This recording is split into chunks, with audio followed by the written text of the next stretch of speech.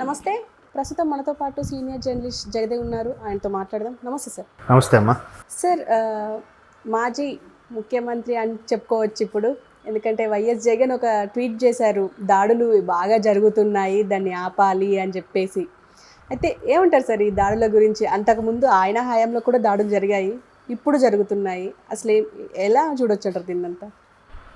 ఎలా చూడొచ్చు అంటే, ఒక రకమైన కక్ష సాధింపు చర్యలకి తెరలేపారు. అది ఎవరైనా కానీ, అంటే ఎక్కువగా కక్ష సాధింపులు వీళ్ళున్నప్పుడు వాళ్ళ మీద వీళ్ళు అంటే కొంచెం చాటుమాటుగా చేసి మా ప్రభుత్వం కదా తప్పించుకుందాంలే అనే దాఖలాలు ఉండేవి. ఇప్పుడు 2019కి ముందు. 2019 తర్వాత ఏమైపోయిందంటే ఓపెన్ అయిపోయింది. మా ప్రభుత్వం, మేము ఇలాగే చేస్తాం, మేము ఇలాగే ఉంటాం, బరాబరు చేస్తాం, ఇప్పుడు తెలంగాణ స్టైల్లో అట్లా తయారైపోయిందమ్మా. అంతే కదా. ఇప్పుడు 19కి ముందు ఇట్లాంటి బూతులు తిట్ల పురాణం ఉండేదా? గాడిదికి వచ్చినట్టు 50 ఏళ్ళు వచ్చాయి, ఆడ సన్నాసి, ఆడ ముసులు డొక్కునా కొడుకు, ఆడ 420, ఇవన్నీ ఎక్కడైనా వచ్చాయా? 2019 ముందు లేవుగా. ఏ రాష్ట్ర చరిత్ర తీసుకున్నా. మరి అప్పుడు ఎవరేం చేశారు? ఇప్పుడు ఆ దళిత డాక్టర్కి వెనక్కి చేతులు కట్టి మరీ దారుణంగా హింసించారే, చనిపోయాడే.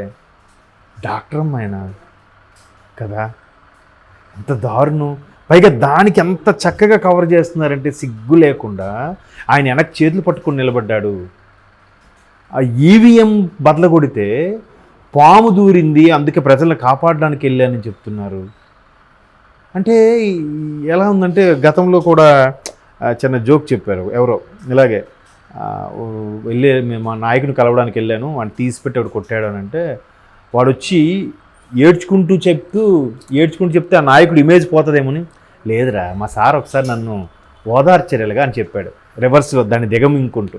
అట్లా ఉంది ఇప్పుడు. ఇది క్లియర్ కట్గా అందులో ఇలా ఓదార్చడానికి మన కొట్టడానికి తేడా లేదా? సౌండ్ వచ్చేది కొట్టడం, ఓదార్చింది ఇది. అట్లా అంత క్లియర్గా కనబడుతున్నా. ఇప్పుడు ఎట్లా ఇది ముందు వాళ్ళే ఎందుకు తెరలేపారు అని అంటున్నానంటే, ఇప్పుడు పవన్ కళ్యాణ్ గారు చెప్పు చూపిస్తే ఒక్కొక్కడికి పడుతుంది ఉంటుందని. ఆయన ఎప్పుడు చూపించాడు? ఎన్ని రోజుల తర్వాత చెప్పు చూపించాడు? ఆయన్ని ఎన్ని ట్రోల్స్ చేశారమ్మా. ఒక ట్రోల్ అయితేమ్మా నంబరు, ఒక కార్టూను ఎంత భయంకరంగా ఉందంటే, చంద్రబాబు వెనక ఆయన కడుగుతున్నట్టుగా పెట్టి చేశారు పవన్ కళ్యాణ్. అంటే నేను చెప్పడానికే వల్గారిటీగా ఫీల్ అవుతున్నాను నేను. అది కూడా చేశారు వాళ్ళు నవ్వుతూ. మళ్ళీ ఆ పర్టికులర్ ఛానల్లో ఆయన కొట్టండి చప్పట్లు, వేయండి వేలలు, బాజాలు రెడీ చేయండి, టపాసులు పేల్చండి రెడీగా అన్నారు. ఏమైంది అంటే మరీ దారుణంగా చూపిస్తారా? నిన్న మీరు కౌంటింగ్ రోజు కూడా ఆ పర్టికులర్ ఛానల్ చూస్తే 8 గంటల కౌంటింగ్ స్టార్ట్ అయింది కదా. కొన్ని ఏరియాల్లో పోస్టులు 8కి స్టార్ట్ అయ్యి 8:30 నుంచి కౌంటింగ్ స్టార్ట్ అయింది కదా. ఈవీఎంలు అవ్వడం వల్ల చకచకా రిజల్ట్ వచ్చేస్తుంది కదా. 9 గంటలకి ఆ పర్టికులర్ ఛానల్ చూస్తే వైసీపీకి 7 లీడింగ్లో ఉంది, టీడీపీ 1 లీడింగ్లో ఉంది. 9కి అన్ని ఛానల్స్లో టీడీపీ అప్పటికే కూటమి 23 లీడింగ్లో ఉంది, ఇది 1-2లో ఉంది. ఇది అక్కడ కూడా అబద్ధమే, బ్లేమే. అది ఎట్లా అలాగా? అంటే రేపు పొద్దున మన ఛానల్ ఒకటి చూడరు ఫీలింగ్ ఉండదా? అంటే మనకి ఈరోజు గడిచిపోతే చాలు, జనాలు మర్చిపోతారులే అని ఫీలింగా. ఎట్లా మరి అంత? ఇప్పుడు వాళ్ళైనా ఎవరెవరైతే వాళ్ళు యాజమాన్యం చెప్పిన దాన్ని ఫాలో అవుతున్నారో దానికి, సార్ మరీ ఎంత పచ్చి అబద్ధాన్ని కూడా ఇలా మాట్లాడితే బాగుంది సార్, మన రెప్యుటేషన్ పోతుంది సార్, రేపు పొద్దున బయటికి వెళ్తే నా మీద పేడ జల్లుతారు సార్ అనైనా చెప్పాలి కదా. అట్లా కాకుండా వాళ్ళు చెప్పిన దానికి మరికొద్దిగా మసాలా యాడ్ చేసి చప్పట్లని కొట్టండి, వెయ్యండి వేలలు, కాల్చండి టపాసులు, మాతో మోగిపోతుంది అని ఎట్లా చెప్తారమ్మా?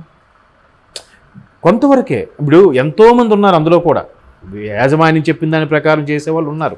మరి ఈ పర్టికులర్ పర్సన్స్కి ఎందుకు అంత పేరు వచ్చింది? అంటే వీళ్ళు కొంచెం మసాలా యాడ్ చేయడమో, పావలాకి 5 రూపాయలు చేయడమో చేశారు కదా. పావలా ఇస్తారంటే 5 రూపాయలు యాక్షన్ చేశారంట. అలా చేసినట్టే కదా వీళ్ళకే పేరు వచ్చింది. అంటే వీళ్ళు కూడా కొంతమంది ఎలా ఉంటుందంటే, గుడ్ ఆర్ బ్యాడ్ వెళ్ళిపోవాలి, మనం జనాలకు వెళ్ళిపోవాలరా, మనకు నేమ్ వచ్చేయాలరా అనే ఫీలింగ్లో ఉంటారు చాలామంది ఒక మోసలో. కాబట్టి అలాగ అన్నీ జరిగాయి. ప్రజా వేదిక కూల్చేశారు, దళితుడు డ్రైవర్ని చంపేశారు, దళిత డాక్టర్ని చంపేశాడు, 9th క్లాస్ కుర్రోడు కూడా పెద్దవాళ్ళు రాజకీయాలు మాట్లాడుకుని అవి ఇన్ఫ్లుయెన్స్ ఎదురుగా ఉన్న పిల్లల మీద పడుతుంది కాబట్టి ఆ పడి వాళ్ళు పిల్లలు కొట్టుకున్న పిల్లల్ని చంపేశారు. ఎన్నో ఇవన్నీ కాదమ్మా.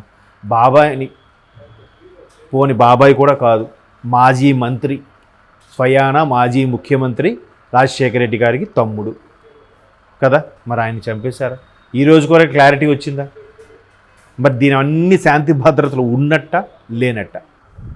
ఇప్పుడు మొన్న కూడా క్లియర్గా ఇది పోలింగ్ అయిపోయాక కూడా పెట్రోల్ బాంబులు, ఆఫీసుల మీద దాడులు, అడ్డుగా వచ్చిన పోలీసుల మీద కూడా తలబదల కొట్టాలు, ఇవన్నీ ఎవరు హయాంలో ఎక్కడ జరిగాయి? ఎవరు చేయించారు? ఎవరు చేశారు? నేనని అంటానంటే ఆ పైన అధికారులు చెప్పింది కింద చెయ్యాలి కొన్నిసార్లు, తప్పదు. ఎందుకంటే చేస్తావా అనే పరిస్థితికి వస్తే వాడైనా ఏం చేయగలరు? బట్ సుపీరియర్స్ సివిల్ సర్వెంట్స్ ఉంటారు, ఐఏఎస్ ఆఫీసులు, ఎవరికి భయపడక్కర్లే. మహాది ఏం చేస్తారమ్మా, ట్రాన్స్ఫర్ చేస్తారు అంతేనా, లేదా నీ పదవి నుంచి సైడ్ చేస్తారు, అంతకుమించి ఇంకేం చేయలేరు కదా. అట్లా అవన్నీ మర్చిపోయి ఈయన ఇప్పుడు సింపుల్గా ఒక స్టేట్మెంట్ ఇస్తుంటే చాలా ఆశ్చర్యంగా ఉంటుంది. ఇందాక ముందు కూడా ఎవరో ఒక ఆమె రమ్య అంట, ఆమె మాట్లాడుతూ మీరు అదేదో ఏంటమ్మా ఈ మధ్యన ట్రోల్ అవుతుంది కదా ఎక్కువగా, శుద్ధ పూసిని సుప్పిని అని, అట్లా అమ్మాయి రమ్య అంట, శుద్ధ పూసిలా మాట్లాడుతున్నారు ఏరా మీరందరూ, ఏరా ఆమె చూడండి మా పదజాలం అంటే వెక్స్ అయిపోయింది ఆమె. ఇప్పుడు ఆమె ఒక అమ్మాయి బహిర్గతంగా గతంలో ఉన్న పదవిలో ఉన్న చాలా సీనియర్లను పట్టుకొని ఏరా మీరు ఏం చేస్తున్నారా అని మాట్లాడుతుందంటే ఆ కల్చర్ ఎవరు అలవాటు చేశారమ్మా? అమ్మ ఎందుకు అలా ఇంకా మిమ్మల్ని వదలం, ప్రభుత్వం వదిలిన, మా నాయకులు వదిలిన, మా బాబు గారు, పవన్ కళ్యాణ్ గారు, లోకేష్ గారు వదిలిన మేము వదలము అని అంత కసికి వెళ్ళిపోయారమ్మా వాళ్ళు.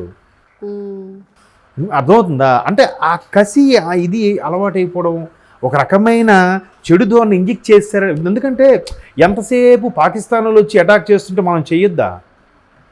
ఎంతసేపు వాళ్ళు జిహాద్ అనుకుని వచ్చి పడిపోతుంటే మనం కనీసం మన ఆత్మరక్షణ కోసమే వాళ్ళు అటాక్ చేయొద్దా?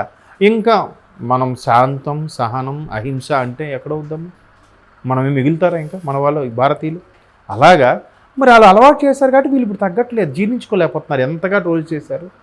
మేము ఇప్పుడు ఎంత సుప్నాథుల్లా మాట్లాడుతున్నారంటారా, మీరు అప్పుడు ఏం చేశారు, మీరు మాకు గుర్తులేదా అని చెప్పి ఆ అమ్మాయి ఎవరో ప్రశ్నిస్తుంది సోషల్ మీడియా వేదికగా. కరెక్టే కదా అనిపించింది ఒక విధంగా. అరే ఏంటి అమ్మాయి ఎంత దారుణంగా మాట్లాడుతుంది అని కొంచెం చాలాసేపు ఫీల్ అయినాను. మరీ అంత ఎక్స్ట్రీమ్ మాట్లాడకూడదు కదా అని. కానీ ఎంతకని మాట్లాడకపోతే చేతకాణంలో చూస్తున్నారు. ఏ వెర్షన్ కరెక్ట్ అంటే ఏం చెప్తాం? ఆ అమ్మాయి వెర్షన్ కరెక్టా? కాదు. కానీ ఇంకో యాంగిల్లో చూస్తే కరెక్టేనేమో. ఎవరు కనీసం నోరెత్తడానికి ఛాన్స్ ఉందమ్మా. టీచర్స్ యూనియన్లో కూడా వాళ్ళు అడిగారని చెప్పి వాళ్ళకి అరెస్టులు కూడా చేయించారు.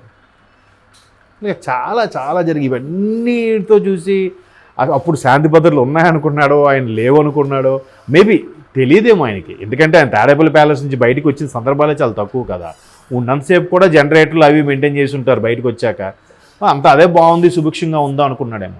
నిన్న కూడా ఆయన ఏమంటున్నాడు, ఇంతమంది ఇన్ని చేశారు, వీళ్ళందరూ నాకు తీసుకొని అన్యాయం చేశారు అన్నట్టుగానే మాట్లాడారు. అలాగే అనిపించింది నాకు.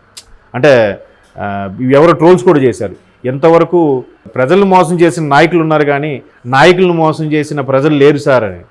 కానీ ఇక్కడ రివర్స్లో వేసుకుంటారు, ప్రజలు మోసం చేశారట ఆయన. మరి ఇంకా ఎన్ని రోజుకి ఎన్ని ట్వీట్లు పెడతారో చూద్దాం.